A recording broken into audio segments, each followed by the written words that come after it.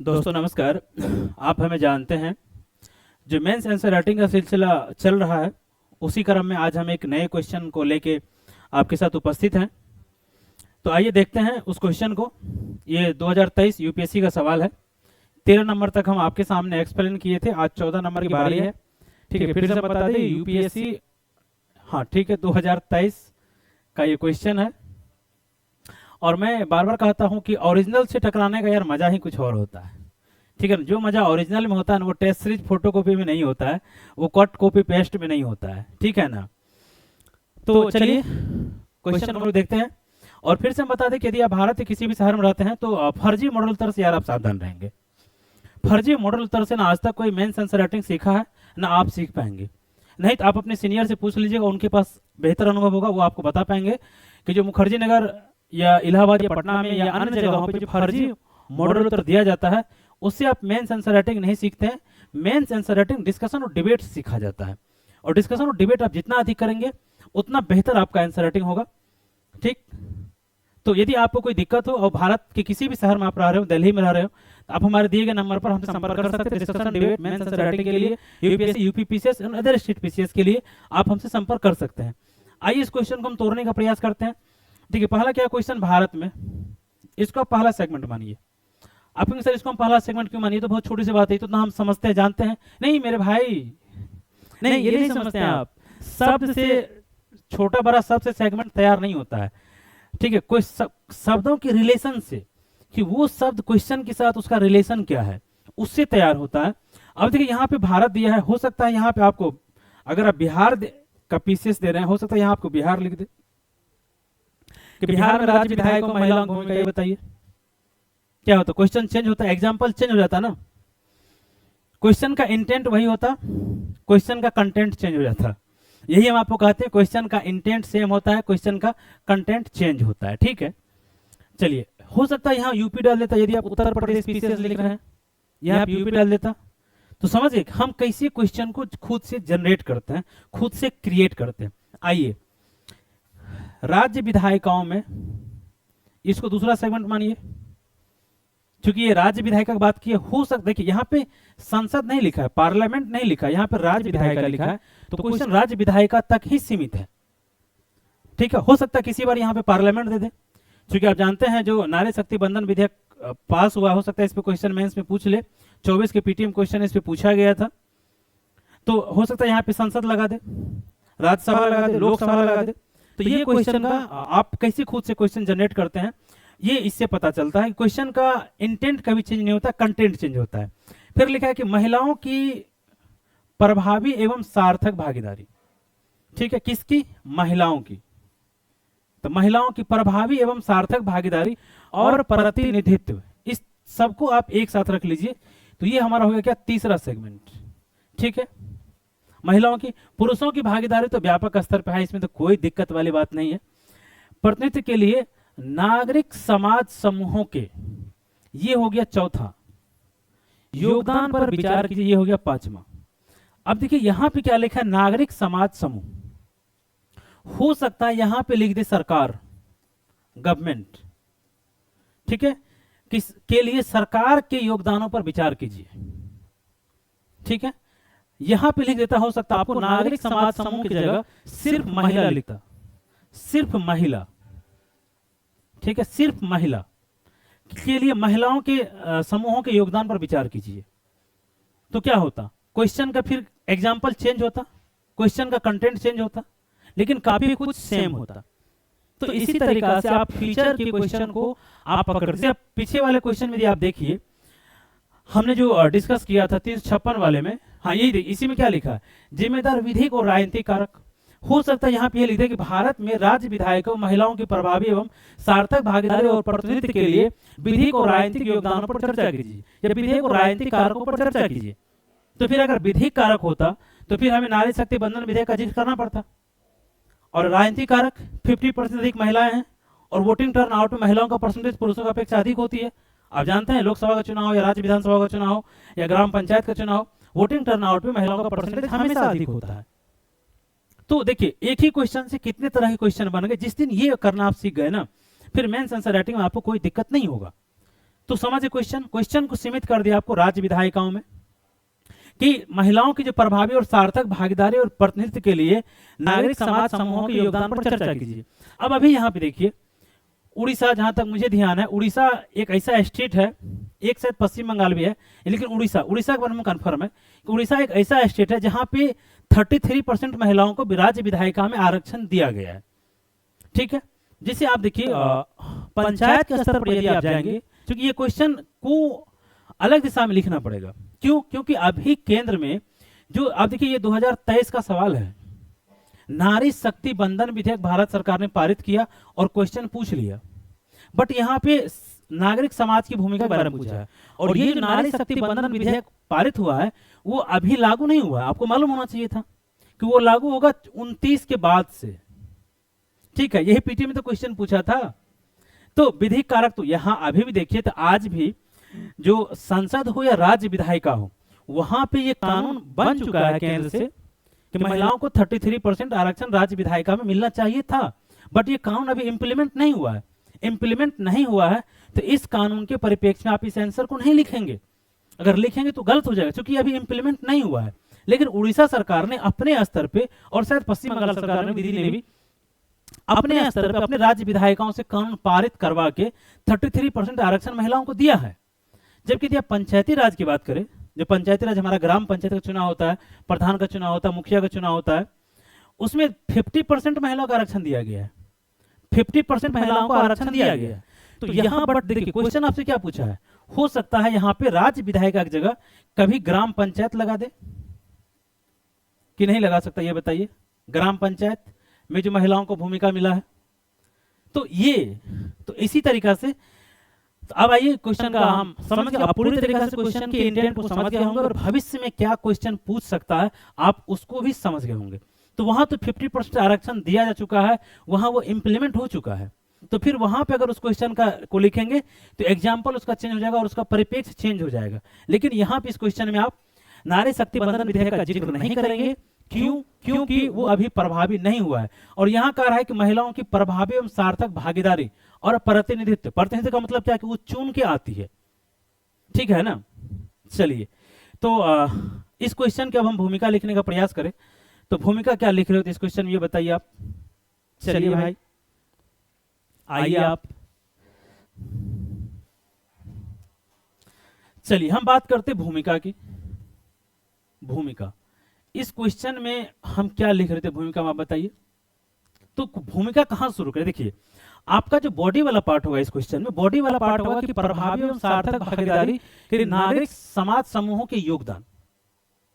ठीक, तो यहां पे क्या लिखते हैं, भारत, यहां पे राज्य विधायिका की बात की है, तो भारत में संघीय सरकार है, आप यहां से शुरू कर सकते हैं, या भारत में लोकतांत्रिक पद्धति की सरकार है। ठीक है, भारत में लोकतांत्रिक या भारत में संसदीय प्रणाली, जो भी आपको सूट करे, या भारत में विधायिका प्रणाली की सरकार है, या भारत में सभी की भागीदारी, जन भागीदारी, या तो यहाँ पे संसदीय प्रणाली लिखिए या लोकतांत्रिक लिख दीजिए, लोकतंत्र में सबकी भागीदारी आ जाती है। जो शब्द आपको सूट करे आप वो शब्द लिख दीजिए कि भारत में लोकतांत्रिक प्रणाली से सरकार संचालित होती है और लोकतंत्र में महिलाओं और पुरुषों की बराबर की भागीदारी होती है, परंतु प्रतिनिधित्व के स्तर पे या राज्य विधायिका में प्रतिनिधित्व के स्तर पे महिलाओं की भागीदारी में अपेक्षाकृत कमी देखी गई है। ठीक है, कमी देखी गई है।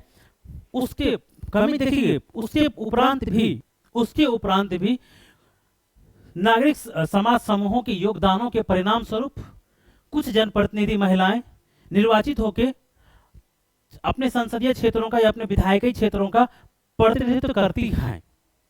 बस ये आपको भूमिका आपका बनाना है। क्योंकि यहाँ पे देखिए क्वेश्चन में कोई कानूनी पक्ष नहीं कहा गया है। अगर कानूनी पक्ष होता तब फिर हम निश्चित रूप से कानून का, संविधान का, आर्टिकल का, अनुच्छेद का जिक्र करते, लेकिन क्वेश्चन में कानूनी पक्ष आपको पूछा ही नहीं गया है। आपको सिर्फ व्यवहारिक पक्ष पूछा गया है कि नागरिक समाज समूहों के योगदान पर चर्चा कीजिए। तो भारत में संसदीय प्रणाली की सरकार है, ठीक है, यह भारत में संसदीय प्रणाली की राज्य विधायिकाएं हैं जिसमें महिला और पुरुषों दोनों की समान भागीदारी होती है। ठीक है, परंतु जन या क्या कहते हैं यहाँ पे राज्य विधायकों में प्रतिनिधित्व के स्तर पर महिलाओं की संख्या में कमी देखी गई है और जितनी प्रतिनिधित्व भी महिलाओं को मिला है उसमें नागरिक समाज और समूहों के योगदान का महत्वपूर्ण योगदान रहा है, का महत्वपूर्ण योगदान रहा है। ये आपका भूमिका हो गया, भूमिका आप समझ गए होंगे। अब हम बात करते हैं बॉडी की, क्वेश्चन के बॉडी की, शरीर की। ठीक है, आप देखिए बॉडी में, तो हमने बॉडी में क्या करना है कि नागरिक समाज समूहों का योगदान, हमने एक सब हेडिंग बनाया, क्या, नागरिक, ठीक है, समाज समूह, नागरिक समाज समूहों, ठीक है, का, नागरिक समाज समूहों का योगदान, हमने एक सब हेडिंग यहां पे बना दिया। ठीक है, इसको किया अंडरलाइन। ये अब हमारा हो गया बॉडी का पार्ट। यहां पे अगर आप कानूनी पक्ष लिखेंगे तो एग्जामिनर्स आपको मार्क्स नहीं देगा। क्यों? क्योंकि उसको लगेगा कि क्वेश्चन पूछा गया पूरी तरीके से व्यवहारिक। अब देखिए जिस क्वेश्चन में कानून यहां पे क्या लिखा है 13 में, विधिक और राजनीतिक, तो क्वेश्चन में लगा देगा। अगर आपको उनको लीगल पक्ष जानना होगा तो क्वेश्चन में लगा देगा, लेकिन नहीं लगाया है तो फिर लीगल पक्ष पे आप ज्यादा फोकस नहीं करेंगे, वो उसकी चर्चा आप नहीं करेंगे। अगर करेंगे तो इसकी खामियाजा आपको भुगतना पड़ सकता है। ठीक है, चलिए अब हम बात करते हैं बॉडी की। बॉडी में क्या लिखा जाए, चलिए अब न्यू पेज लेते हैं, फिर पता चलेगा। तो पहला पॉइंट बॉडी में कि अब देखिए अभी जो हमारा 18वीं लोकसभा चुन के आई है, इसमें जो डाटा आया है कि 17वीं लोकसभा की अपेक्षा इसमें कम महिलाएं चुन के आई है, कम महिलाएं चुन के आई है। अब देखिए, और यहाँ पे देखिए क्या लिखा है, सिविल सोसाइटी की भूमिका। सिविल सोसाइटी मतलब एनजीओ, जो एनजीओ हमारे समाज में चलता है, उनकी क्या भूमिका है, पहली बात। ठीक है, दूसरा बात आप देखिए कि जो राज्य विधायिका, आप जिस राज्य से भी बिलोंग करते होंगे, जिस राज्य के भी आप निवासी होंगे, आप देखिए वहां पे उस विधानसभा में महिलाओं का कितना कम प्रतिनिधित्व है। अगर हम बिहार की बात करें, यूपी की बात करें, बहुत कम प्रतिनिधित्व है महिलाओं की। हाँ, लेकिन जब नारी शक्ति बंधन विधेयक लागू होगा तब 33% आरक्षण वहां पे लागू होगा, तो फिर महिलाओं का प्रतिनिधित्व बढ़ेगा, लेकिन फिर भी 50% नहीं बढ़ेगा, फिर भी 33% ही होगा। ठीक है, तो चलिए हम पहला पॉइंट क्या लिखते हैं, आपको एडीआर, अगर कोई एक संस्था है, अगर आपको मालूम है तो ठीक है, नहीं तो एडीआर के बारे में आपको जानकारी होनी चाहिए थी। एडीआर है एसोसिएशन फॉर डेमोक्रेटिक रिफॉर्म्स। ये लोकतंत्र के लिए बहुत अच्छा काम करता है, देश में बहुत जबरदस्त काम करता है। यदि आपको इलेक्ट्रल बॉन्ड का जो पूरा पर्दाफाश हुआ था, अगर यदि आपको जानकारी हो तो इन्हीं एडीआर ने किया था। तो इस एडीआर ने लैंगिक समानता को स्थापित करने के लिए महिलाओं का प्रतिनिधित्व संसद राज्य विधायिका में बढ़ाने हेतु काफी सारे आंदोलन किए हैं। तो आप एडीआर के बारे में लिख दीजिए, एसोसिएशन फॉर डेमोक्रेटिक रिफॉर्म्स के द्वारा, ठीक है, महिलाओं की प्रभावी और सार्थक भागीदारी और प्रतिनिधित्व के विकास के लिए को बढ़ावा देने हेतु अनेकों अवसरों पर आंदोलन चलाए गए हैं, और जिसका परिणाम ये देखा गया है कि महिलाओं का प्रतिनिधित्व निश्चित रूप से राज्य विधानसभा में बढ़ा है। ठीक है, लोकसभा में 18वीं लोकसभा का एग्जाम्पल है कि थोड़ी बहुत घटा है, बट राज्यों में थोड़ा बहुत बढ़ा है।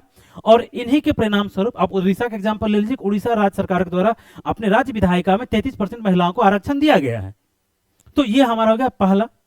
तो सिर्फ इसमें क्या पूछा है, सिविल समाज की भूमिका, तो एडीआर का आप लिख दीजिए। दूसरा के कविता संगठन है, ठीक है, के कविता संगठन के द्वारा आंदोलन चलाया गया था। ठीक, इसके द्वारा एक प्रोग्राम चलाया गया था, उसका नाम था भारत जागृति।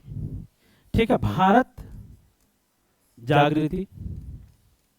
तो इनके द्वारा देखिए क्या किया गया, तो आप इसको लिखिए, कैसे लिखेंगे देखिए कि आज से कुछ दिन पहले आप जाइए, जब देश हमारा आजाद हुआ था तो महिलाएं उतनी पढ़े लिखे नहीं थी, पहली बात। और महिला वोटर को एड्रेस नहीं किया जाता था, पुरुष वोटर को एड्रेस किया जाता था, और पुरुष के कहने पर महिलाएं वोट देती थी। लेकिन जब समाज में जागरूकता बढ़ी, जन जागरूकता बढ़ी, महिलाएं शिक्षित हुई, अपने अधिकारों को जानी, उसके बाद महिलाओं को एड्रेस किया जाने लगा। जैसे आरक्षण देना, महिलाओं के लिए स्पेशल योजना चलाना। देखिए राज्य सरकार के स्तर पे या केंद्र सरकार के स्तर पे आप देखिए महिलाओं के लिए स्पेशल योजना चलती है कि 1,000 रुपया महिला के अकाउंट में। नीतीश जी पहले साइकिल स्टार्ट किए थे, किसके लिए, सिर्फ लड़की के लिए शुरू किए थे। तो ऐसे अभी भी देखिए बिहार में क्या चलता है, वो किसी भी कास्ट की लड़की हो, किसी भी धर्म की लड़की हो, सबको मैट्रिक इंटर पास करने पर पैसा दिया जाता है, बट सभी लड़कों को नहीं दिया जाता है ना। तो इससे क्या हुआ, महिला ओरिएंटेड प्रोग्राम चला। तो इससे जो राजनीतिक दल है, इसके विषय में आप लिखेंगे, राजनीतिक दलों पर यह दबाव बना कि जनप्रतिनिधि में महिलाओं की भी भागीदारी होनी चाहिए थी, ठीक है, जिसके परिणाम स्वरूप पॉलिटिकल पार्टी को राजनीतिक प्रतिनिधित्व में महिलाओं को टिकट देना पड़ा या उनका प्रतिनिधित्व सुनिश्चित, राज्य विधायकों में उनका प्रतिनिधित्व सुनिश्चित करना पड़ा। और इसी के परिणाम स्वरूप राज्य विधायिकाओं में महिलाओं की स्थिति में हमें सुधार देखने के लिए मिला है। तो ये हमारा दूसरा पॉइंट हो गया।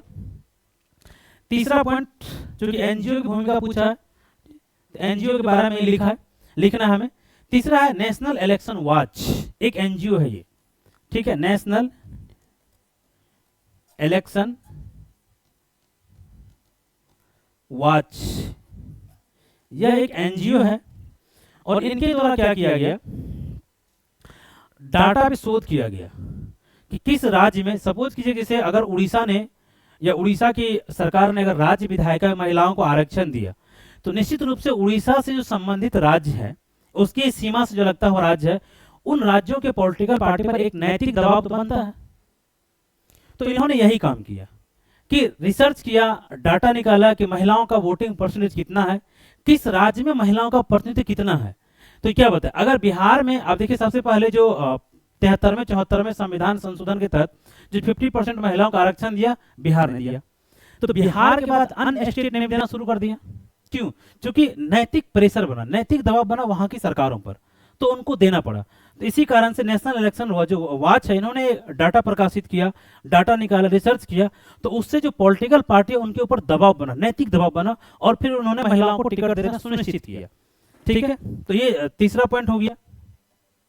फिर यदि हम चौथा पॉइंट की बात करें, एक और पॉइंट हम बताते हैं, उसका जिक्र यहाँ पे आपको नहीं करना है। आज भी अधिकांश महिलाएं वही चुन के आती है जिसका फैमिली बैकग्राउंड पॉलिटिकल होता है।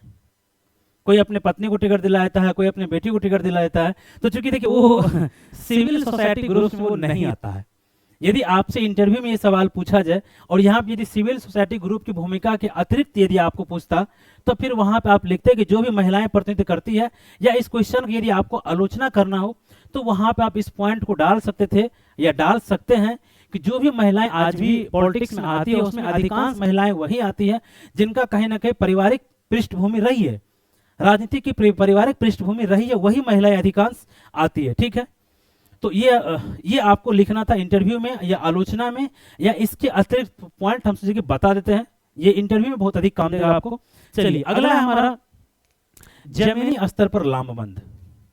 ठीक है, जमीनी स्तर पर लामबंद।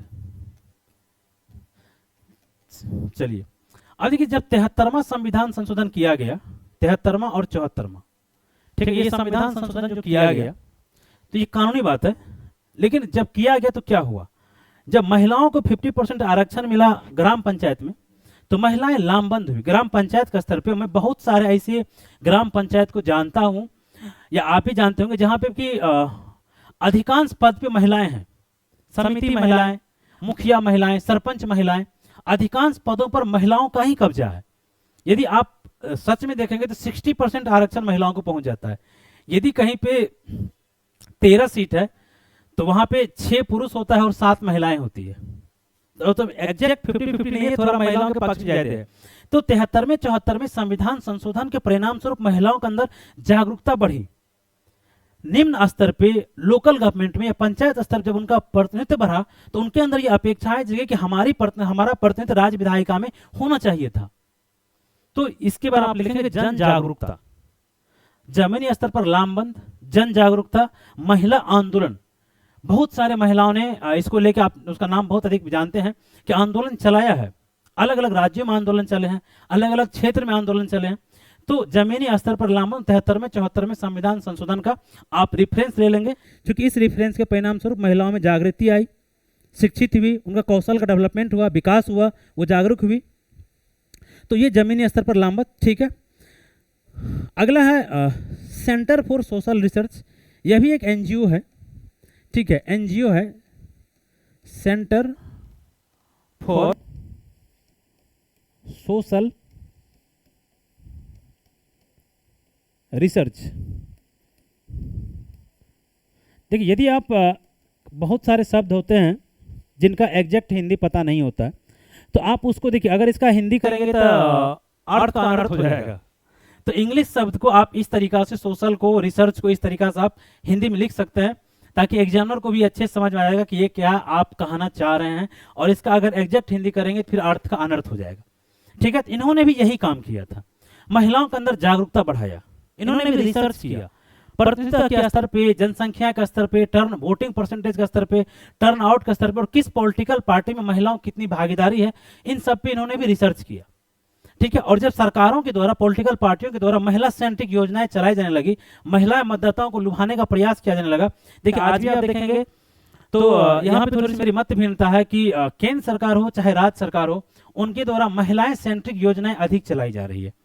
पुरुष सेंट्रिक योजनाएं आपको किसी भी राज्य सरकार में बहुत कम मिलेगा। आप जिस राज्य से बिलोंग्स करते हैं, आप अपने राज्य में देखेंगे तो पुरुष सेंट्रिक योजनाएं बहुत कम मिलती है, महिला सेंट्रिक योजनाएं अधिक मिलती है। ठीक है, अब सिलेंडर है 500 का सिलेंडर मिलेगा, तो महिला सेंट्रिक योजनाएं, अकाउंट में अगर पैसा मिलता है कि आपके हर महिला के अकाउंट में, अब दिल्ली की बात करें, दिल्ली में महिलाएं के लिए बस फ्री है भाई, तो ये क्या है, महिला सेंट्रिक योजनाएं तो है। तो किसी भी सरकार के द्वारा, आजकल तो बहुत सारे स्टेट में बस फ्री हो गया है, तो महिला के लिए बस फ्री होती है, तो ये क्या है, महिला सेंट्रिक योजना है। तो इससे महिलाएं लामबंद हुई। ठीक है, जिसके परिणाम स्वरूप महिलाओं का प्रतिनिधित्व बढ़ा। इसमें क्या कर, देखिए कि प्रभावी और सार्थक भागीदारी प्रतिनिधित्व के लिए नागरिक, तो प्रतिनिधित्व उसका बढ़ा। इसमें कानून का कोई योगदान नहीं है, क्योंकि कानून बना के राज्य विधायिकाओं में अभी तक महिलाओं का आरक्षण नहीं दिया गया है। सिर्फ जो नारी शक्ति बंधन विधेयक पारित हुआ है, वो भी 2029 से लागू होने की संभावना है।